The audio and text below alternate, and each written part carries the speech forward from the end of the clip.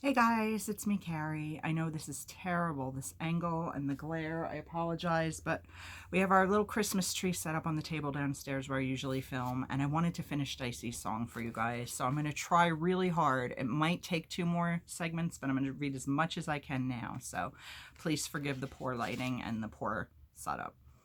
All right. Mama lay absolutely still with her arms down beside her body. The veins along the back of her hands stood out blue. The sheets were pulled up over her chest. Her neck looked small, too small to have ever held up her round head. Her head lay back on the pillow, surrounded by an aureole of honey-colored hair. The bones in her cheeks and her forehead and along her jaw were covered by such thin skin that it looked like a pale veil fitted around her, not like skin at all. She lay still, absolutely still. Dicey could see the fresh white sheets rise and fall just slightly as Mama breathed. Well, Dicey said to herself, she'd known it was bad news. She could see what was happening, and she knew why Graham had rushed up here. Mama was dying. Dicey felt herself begin to shake, inside where it didn't show to anyone. Graham stood at the side of Mama's bed, looking down at her as motionless as her daughter. Dicey stood at the foot of the bed, shaking so hard the pieces of her heart almost made a noise she could hear. Nobody moved. Nobody said anything. Dicey stared at the blank face, willing Mama to open her eyes and look at them. Graham didn't say a word, but when Dicey looked back at her, she had tears coming out of her eyes and sliding down her cheeks. Dicey wanted to say something to her, but she couldn't think of what to say. It wasn't like Graham to cry. You don't know anything about her, really, Dicey shouted to herself inside her head. You don't know what she expected to find up here, yet you don't know what she's thinking about. Preston came to put a chair down beside Graham. She handed Graham a tissue. Graham wiped her eyes and blew her nose. She took off her coat and put her purse on the floor. She sat down on the chair. Preston put another chair on the other side of Mama, and Dicey moved stiffly over to sit on it. After that, they were alone in the thick silence of the ward, Graham and Dicey and Mama. Graham reached out for one of the still hands. She held it in both of hers. Oh, Liza, she said. Dicey had never heard anything sadder than her grandmother's voice. I have them with me, Liza, Graham said in the same voice. They're all home with me. Dicey and James, Maybeth and Sammy. I'll take care of them, I promise you. I wish you would come with them. I wish you had come home years ago. I miss you. I missed you the day you left and every day since then. She stopped, took a breath, and started talking again. I've got Dicey here with me now, she said. She talked and talked about the children and what they looked like. She told about how they arrived. She talked about what they were doing at school, at home. Dicey watched Mama's unresponding face and did not listen. Dicey felt as if she was broken into pieces and didn't know how to gather herself together again. She was angry at herself about this. It wasn't as if she hadn't expected bad news. It wasn't as if she had ever expected to see Mama again, not after the way Mama had wandered off and forgotten them. There was no reason for Dicey to feel so sad and hurt. Dicey unbuttoned her jacket. She was too cold to take it off, but the air in the room was close and stale and choking. The curtains that separated their narrow cubicle from all the other narrow cubicles were white, faded to pale yellow. Mama's eyelids never moved. Her pale eyelashes rested on her cheeks. Maybe, Dicey thought to herself, while Graham's voice talked on, maybe it was so hard because this was really Mama, not some idea of her. All the time Mama had been gone, Dicey had carried around an idea of her. The idea was of Mama sleeping, and behind that were all the ideas of Mama that Dicey had saved up over her life. But the idea wasn't the same as real, and real hurt. Because she remembered Mama moving around. She remembered Mama's voice singing. She remembered Mama's eyes looking glad or worried or laughing. She remembered Mama bringing Sammy home from the hospital. Mama was tired then and worried about how to take care of them, but she was still glad to have Sammy and James and Maybeth and Dicey too. Mama loved her children. You could tell it in the way her hands rested on their heads. Dicey could still recall the feeling of Mama's hand resting on her head, and in her voice when she talked to them. You could tell in how long she tried, how hard she worked. Dicey wondered if Mama had known that she was worked out and tired out, if she had felt herself crumbling at the edges, and that was why she had started them on the road to Bridgeport, trying to get them to a safe place before she crumbled away. A hot flame of anger shot through her. Mama was good, and she didn't deserve to be dying here. She deserved to be with her family at Graham's house, seeing how things were working out all right. There was no call for Mama to die, no reason for it, no good to come of it. Paper mulberry tree, Graham was saying. Dicey caught the words. You remember that, surely. Where John built you the platform so you could get away when they got too rough for you? Your brothers, your father, your mother too. I remember that. That was a fine thing John did, I thought, and telling Bullet never to go up there because it was your place. He stood up to your father, too, and made him give him the lumber. Your father is dead. He's buried next to Granny. You remember, in the cemetery by the Methodist church where we used to take flowers? It was a heart attack, quick, and that's good. Bullet, too. He's dead, too. In Vietnam. They said they should send him home, and I said, why bother now? What difference would it make? John was gone by then. After he took that job in California, he just stayed out there, I guess. He sent me an announcement about getting married, years ago, and we didn't answer. I have it somewhere. There have been sad times, Liza. The body on the bed made no response. But good times, too. Then and now again with your children. I was alone for a long time, and there were good times in that, too. I keep thinking. Preston's voice interrupted Graham. Dr. Epstein's here, Mrs. Tillerman. Graham lifted her head. I don't want to leave her alone. It doesn't matter to her, Preston said. Her voice made the words gentle. It does to me. Stay with your mama, girl, Graham said to Dicey. Dicey nodded. Graham let go of the hand she had been holding. She put the arm down flat and got up. Dicey reached out to take the hand on her side of the bed. It was cool, unresponsive. She leaned over towards her mother's still face and began to talk. Mama? We're fine, really. We're going to live with Graham.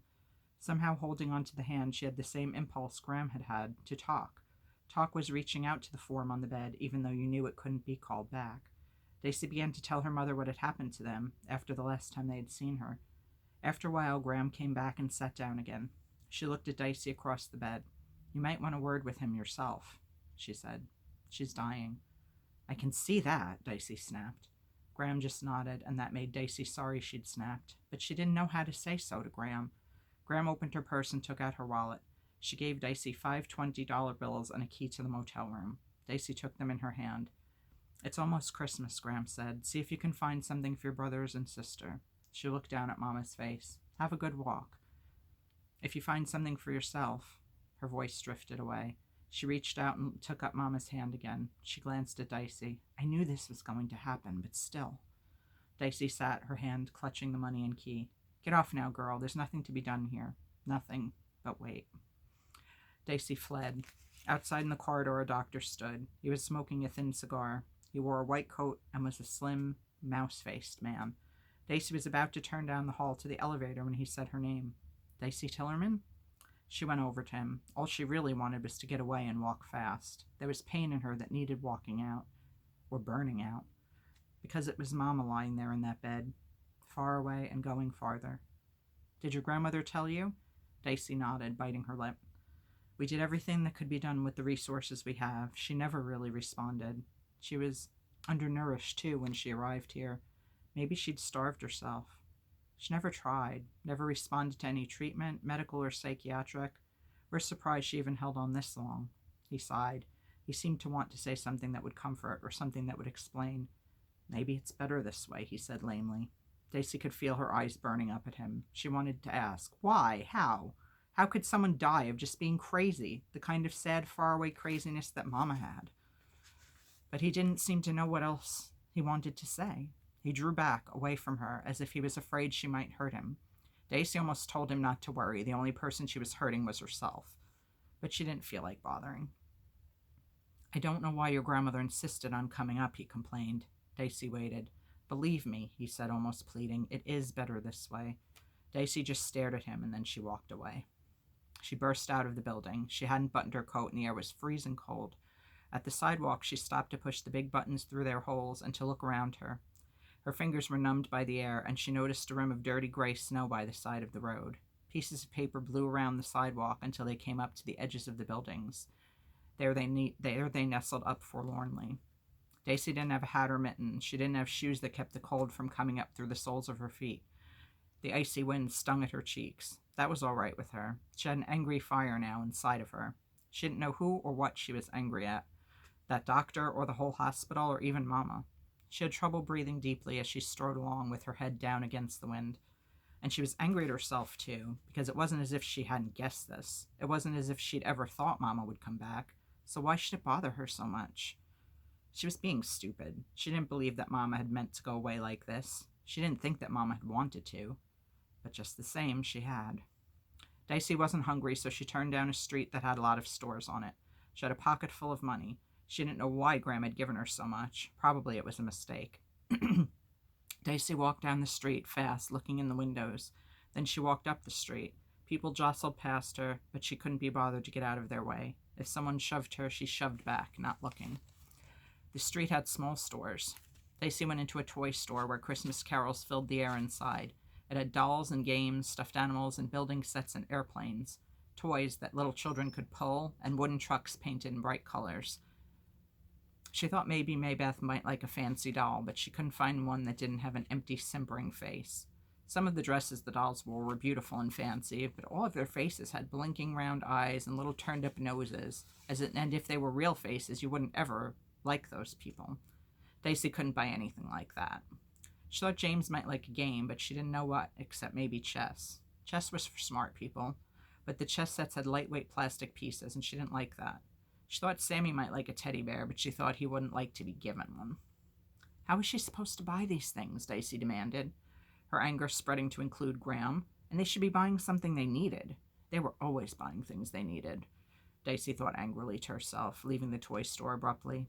She looked in the window of a store that sold things made out of wood.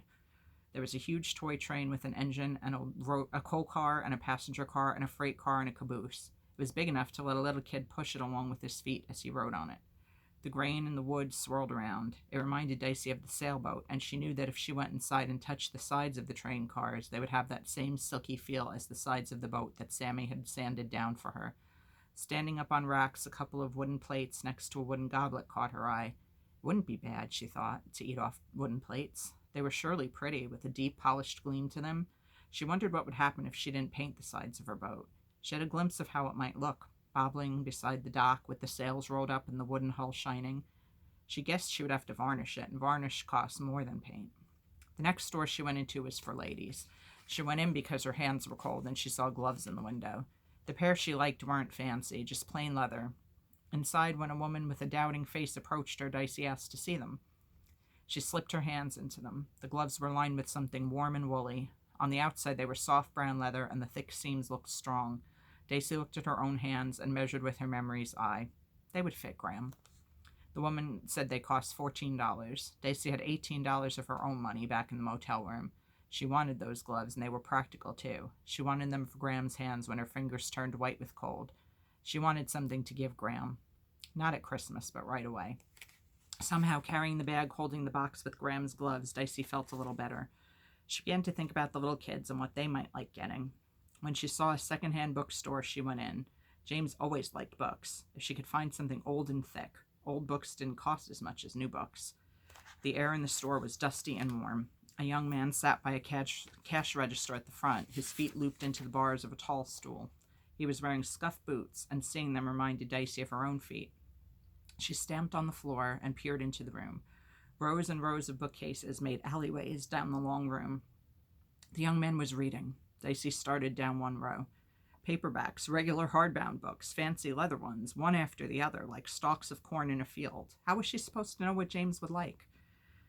She had never heard of any of these stories or any of these writers. She bet even James hadn't. Dicey reached up and pulled down one book. She chose it because it was bound in red leather. When she looked inside, it was in a language she'd never seen before, not English. She put it back quickly and moved on. She would go up and down every row, she decided, and maybe something would catch her eye, and if it did, maybe she would buy it. But she wanted it to be sure it was something James would like. It was warm and quiet in the store. Nobody paid any attention to her.